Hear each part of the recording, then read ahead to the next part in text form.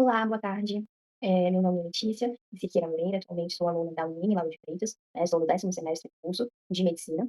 A orientadora do meu trabalho é a doutora Valquíria Lima Cavalcante, né, com o apoio da FUNADESP, e o nosso estudo ele girou em torno sobre a cobertura do exame de rastreamento do câncer de colo de útero, né, o Papa Nicolau, no município de Lauro de Freitas, Bahia.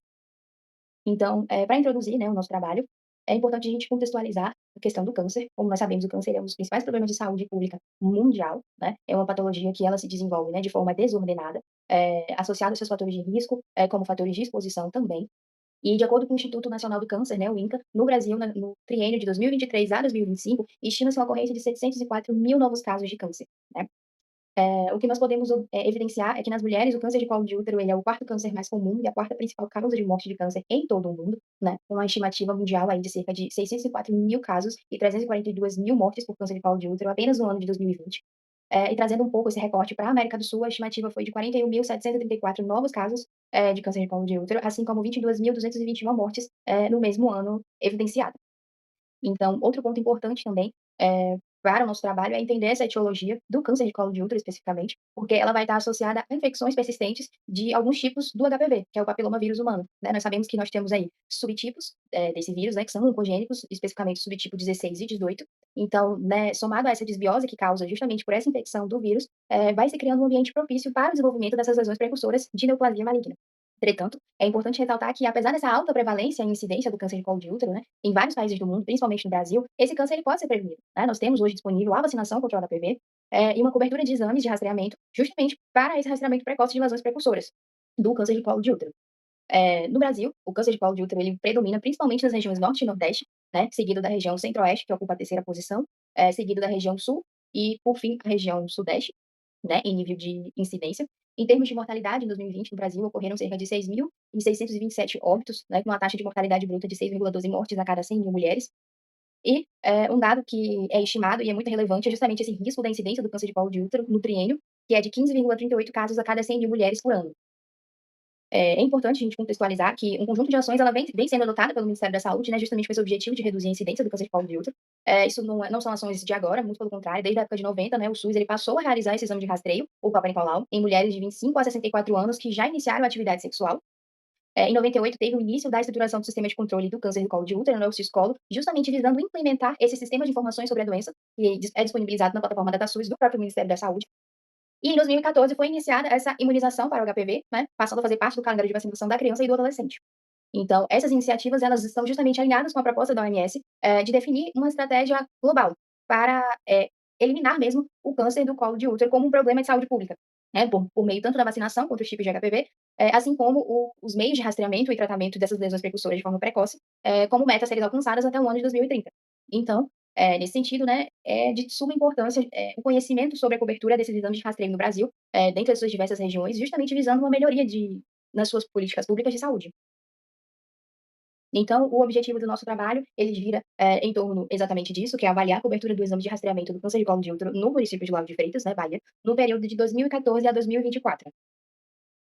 A metodologia do nosso trabalho, ela foi proposta da seguinte forma: é um estudo epidemiológico, né, com delineamento transversal descritivo, cujo objetivo foi avaliar a cobertura do exame de rastreamento do câncer de colo de útero em mulheres de 25 a 64 anos que residem em Lauro de Freitas, Bahia, no período estimado, que foi de 2014 a 2024, e nós utilizamos um indicador de razão de exames citopatológicos do colo, do útero para essa avaliação, que é disponibilizado pelo próprio Ministério da Saúde, que expressa justamente a realização de um exame a cada 3 anos, segundo as diretrizes nacionais do Ministério da Saúde, para a cobertura desse rastreio.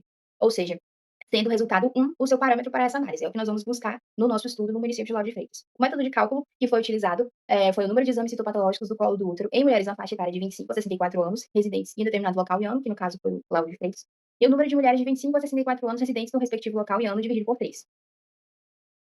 As variáveis descritoras que nós consideramos importantes para o nosso estudo foram faixa etária, raça, cor, nível de escolaridade e o ano que o exame foi realizado. Os dados dos exames de rastreio e variáveis foram todos obtidos pela plataforma DataSUS, o sistema Siscan e Siscolo, e os dados populacionais eles foram obtidos através do Censo Demográfico de 2022, do IBGE. Foi utilizado também o software Excel, justamente para a coleta de dados e organização desses dados que foram obtidos nas plataformas.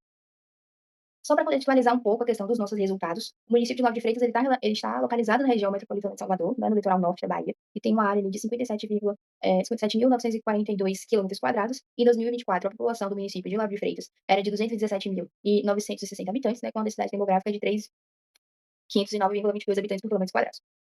De forma geral, né, sobre os dados do município, predominam as pessoas do sexo feminino, com 52,92%, na faixa etária entre 35 a 44 anos, sendo 54% pardas, 28% pretas e 17% brancas.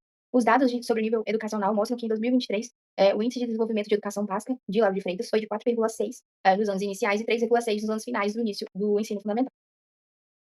Já trazendo os resultados do nosso estudo, entre 2014 e 2024 foram realizados cerca de 59.688 exames de Papa Nicolau em mulheres de 25 a 64 anos no município de Lauro de Freitas, né, sendo o menor número em 2014, onde foi realizado apenas 1.034 exames, e o maior número registrado em 2018, realizado 8.010 exames. O indicador da razão, né, do câncer de colo de útero para todo o período avaliado e para cada ano ele foi inferior a 1, revelando aí que a meta de um exame a cada 3 anos para mulheres na faixa etária não foi alcançada em nenhum dos anos avaliados de 2014 a 2024. Para o total de anos avaliados, o resultado obtido do indicador foi de 0,3 exames. Aqui é uma tabela, né, onde nós demonstramos a razão desses exames citopatológicos ao decorrer dos anos de 2014 a 2024, né, onde pode-se ver o total de exames no ano de 2014, com uma razão de 0,1, e assim sucessivamente até 2024, né, que foi o período discutido no nosso trabalho. Bom, os resultados desses estudos demonstram que a cobertura de rastreamento do câncer de colo de útero em Lauro de Freitas, no período analisado, ele foi inferior ao parâmetro estabelecido pelo Ministério da Saúde, que recomenda a realização do exame citopatológico a cada 3 anos, para mulheres de 25 a 64 anos. Além disso, é importante ressaltar que a análise da série histórica de 2014 a 2024 também não evidenciou um crescimento do número de exames ao longo dos anos, como se é esperado, né? Então, evidenciando uma situação crônica e estável de uma baixa cobertura. E ao comparar esses achados para Lauro de Freitas, né, com resultados de estudos realizados em outras regiões do Brasil, constata-se que essa deficiência de cobertura, na verdade, é uma realidade nacional. A cobertura média do exame de Papa Nicolau da população feminina brasileira, né, na faixa estimada de 25 a 64 anos, ela situa-se em torno de 40%. Então, ainda está distante daquilo que o Ministério da Saúde ele almeja, né, com as metas previstas para 2030. Importante ressaltar também que, quando fazemos comparações com países desenvolvidos, também observa-se uma outra realidade, né? Uma média de cobertura de 63%, destacando-se a Áustria e Luxemburgo, cujas coberturas são superiores também a 80% da população-alvo. Diversos fatores eles podem estar associados à deficiência dessa cobertura, né, não tem como negar. Então, de fato, o baixo nível socioeconômico e de escolaridade, ele acaba também, impactando nesse sentido, justamente por conta até mesmo do acesso à educação, do acesso à informação do que seria a doença, do quanto é importante a sua prevenção no sentido de rastreio, de por que realizar o exame, né. Então, foram fatores que foram observados e correlacionados. Outro importante também foram fatores relacionados ao acesso dos serviços de saúde.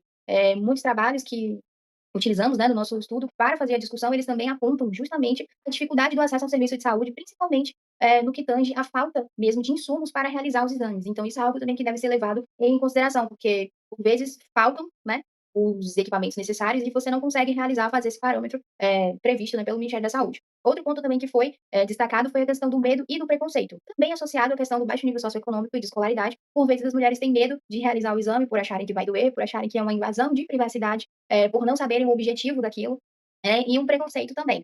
Em Lauro de Freitas, né, os exames eles predominaram em mulheres pardas e pretas na faixa de 30 a 39 anos, diferindo ali da realizada nacional, né, onde mulheres brancas de maior nível de escolaridade e de rendas mais altas, comparados aí com a região sul e sudeste, que foram as que realizaram mais exames de rastreio, quando comparado com o município de Lauro de Freitas, na Bahia. Ressalto também que foram encontradas lacunas na realização desse estudo nos dados de registro do Sistema Nacional de Informação em Saúde, especialmente no quesito de escolaridade e de raça e cor. Fato que acaba limitando uma análise mais aprofundada sobre os possíveis fatores associados à baixa cobertura. Então, quando nós estávamos realizando nossos estudos, percebemos essas lacunas, principalmente no quesito de escolaridade, né, no registro de escolaridade nos dados do DataSUS. Bom, a conclusão do nosso estudo é que entre 2014 e 2024, a cobertura do exame de rastreamento foi abaixo da meta estabelecida pelo Ministério da Saúde, de um exame a cada 3 anos, para as mulheres na faixa etária de 25 a 64 anos. As lacunas do preenchimento no campo do Siscam e do Siscolo dificultaram a melhor caracterização da população que realizou esses exames e desses fatores que podem estar associados à baixa cobertura. E os achados desse estudo apontam para a necessidade de fortalecimento da atenção primária à saúde, com ações que visem a melhoria da oferta e da qualidade dos serviços, né, principalmente em capacitações contínuas dos profissionais de saúde, ampliação da busca ativa e da promoção de educação de saúde voltada à comunidade, para sanar principalmente esse problema de informação. Bom, obrigada, boa tarde.